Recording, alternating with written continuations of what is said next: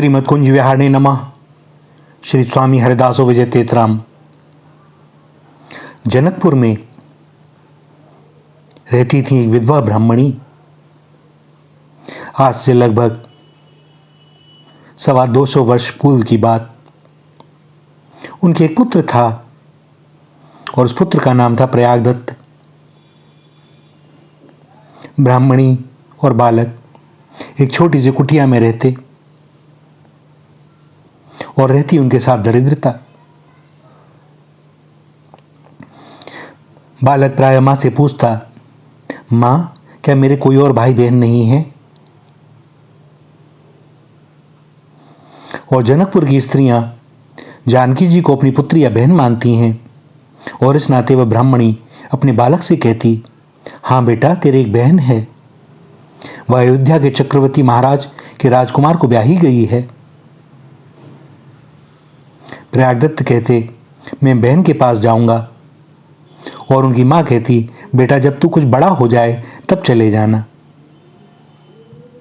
बालक के मन पर अपने बहन बहनोई का संस्कार पूरी तरह बैठ गया।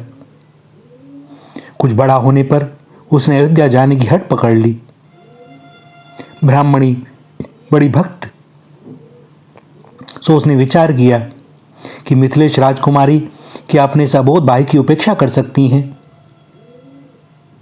उनके पास घर में कुछ था तो नहीं, सो पड़ोस से थोड़े से चावल मांग लाई। उन्हें पीसकर उनके मीठे लड्डू बना दिए। ऐसे लड्डुओं को मिथिला में कासार कहते हैं। उनको एक कपड़े में बांधकर बालक प्रयागदत्त को दिया और कहा, ये अपनी बहन और जीजाजी को दे देना और अपने लड़के के लिए मार्ग में खाने के लिए थोड़ा सा सत्तू रख दिया। बालक प्रयागदत्त किसी प्रकार कुछ दिन में अयोध्या पहुंचे। यहां पूछने पर भी कोई उनके चक्रवर्ती बहनोई का पता बतलाता नहीं था। वह जिससे पूछते वहीं हंस देता। बड़े परेशान हुए। थक कर मणि पर्वत के पास सहस्त्र शीर्षा मंदिर के पास घने पेड़ों के मध्य में एक टीले पर बैठ गए। बहुत थक गए थे और बहनोई पर बहुत अप्रसन्न हो रहे थे। मन में विचार आता था कि पता नहीं कहां चले गए, अब कहां जाऊं इन्हें ढूंढने। भला कोई उन चक्रवर्ती राजकुमारों को कहां ढूंढे? परंतु भाई, जो सचमुच उन्हें ढूंढता है, ऐसा कोई स्थान नहीं है जहां वह उसे न मिल जाए। प्रयागदत्त ने देखा कि एक बड़े सुंदर सफेद हाथी को, जो उनके सामने टीले पर कहीं से आ रहा है, उसके ऊपर सोने की रत्न जड़ित अंबारी पड़ी हुई है। हाथी प्रयागदत्त के पास आकर बैठ गया और उस हाथी के ऊपर से बहनोई के साथ बहन भी उतर पड़ी। किसी को कोई परिचय देना या पूछना नहीं पड़ा, क्योंकि ये तो सदा से ही परिचित थे। श्री जानकी जी ने पूछा, भैया, मां ने मेरे लिए कुछ भेजा है क्या? और भैया तो जानकी जी को देखकर हक्के बक्के रह गए। कुछ देर में सावधान होकर पोटली देते हुए बोले, मैंने तो तुम लोगों को बहुत ढूंढा, कोई तुम लोगों का पता नहीं बताता।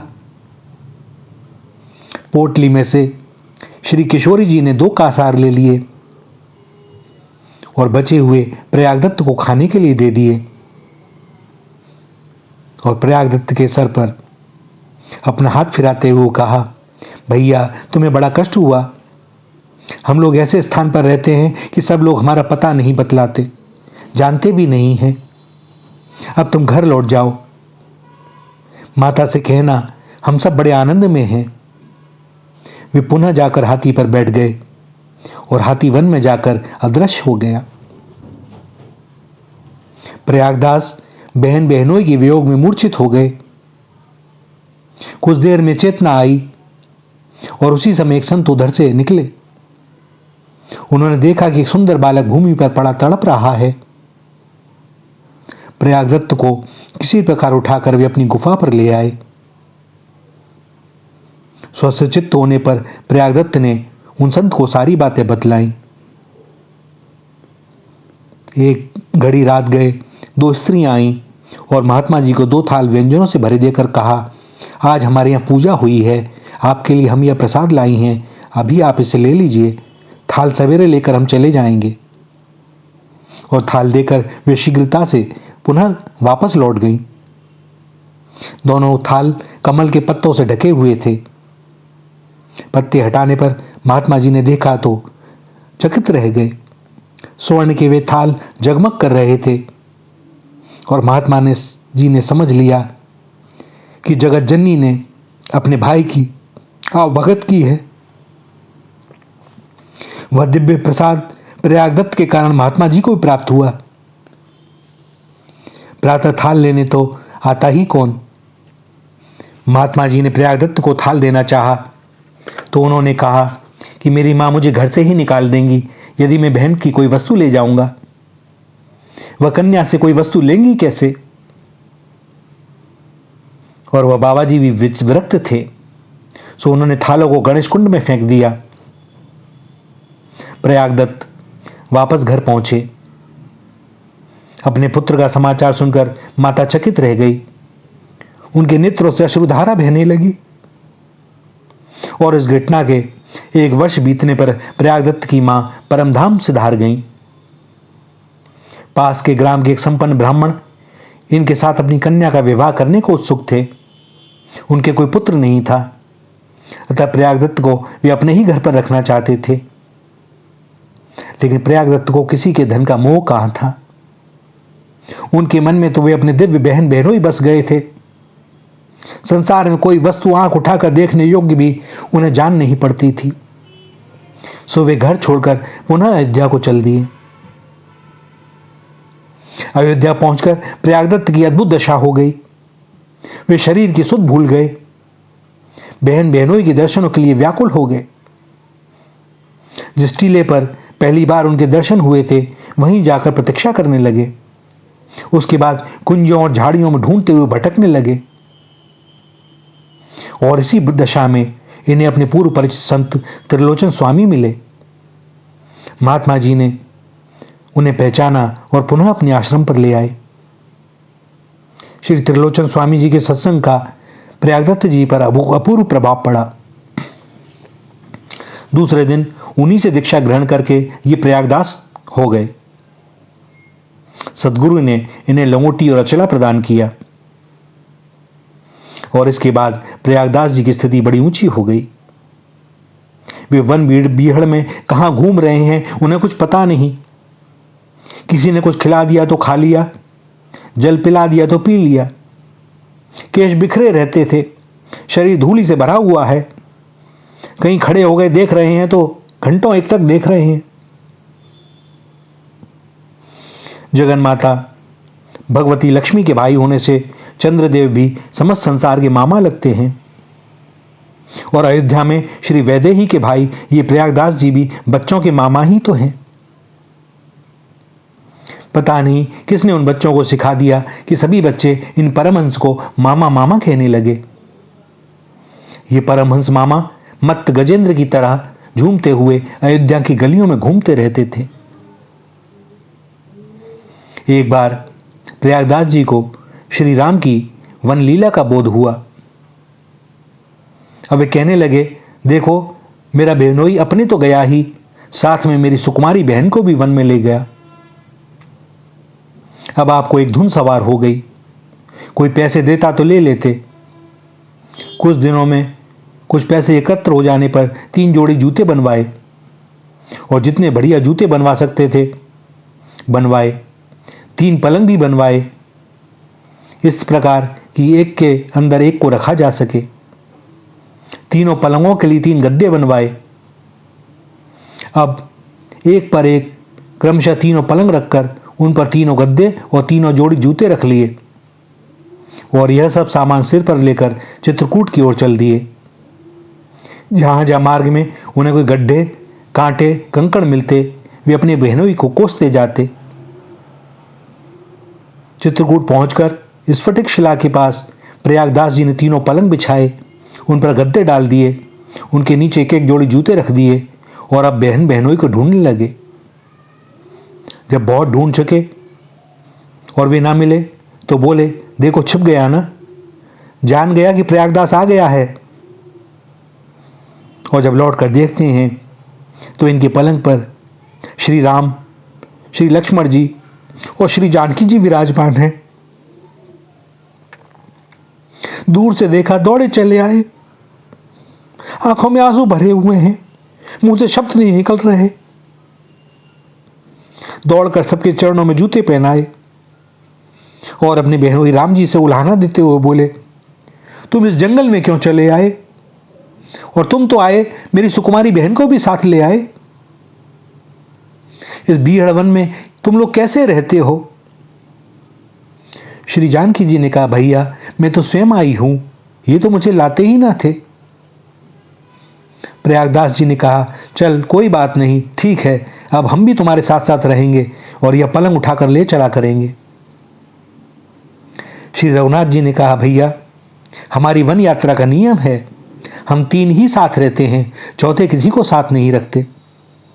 पलंग पर भी कभी हम बैठते नहीं हैं, आज तुम्हारी प्रसन्नता के लिए बैठ गए हैं। अब तुम इन सब को अयोध्या ले जाओ, तुम अपने काम में लगो और इनको भी अपने काम में लगाओ, तो हमको बड़ा सुख मिलेगा। श्री जानकी जी ने भी इन्हें आश्वासन देकर लौट जाने के लिए कहा। सिर पर फिर उन्होंने पलंग गद्दे रख लिए और लौट पड़े और मन ही मन कहते जाते कि इनको किसी ने कुछ कहा नहीं, ये सब आप ही वन में आए हैं, सोने का महल काटता है, वन अच्छा लगता है। बहन तो मेरी भोली बाली है, वह जो कहता है वही करती है, साथ साथ चली आई।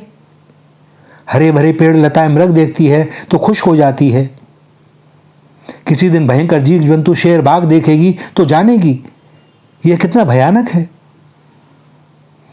मैं कह रहा हूं कि मुझे रख लो तो मुझे भी साथ नहीं लिया। और ये बहनों ही समझते हैं कि प्रयागदास साथ में रहेगा तो इसकी बहन सावधान हो जाएगी, अयोध्या लौटने के लिए कहेगी। इस प्रकार मन ही मन खींचते हुए बकते हुए वे अयोध्या को वापस आ गए। अयोध्या को लौटकर उन्होंने एक नीम के पेड़ के नीचे अपनी खाट बिछाई, उस पर गद्दे डाले और स्वयं उस पर आसीन होकर मस्ती में गाने लगे।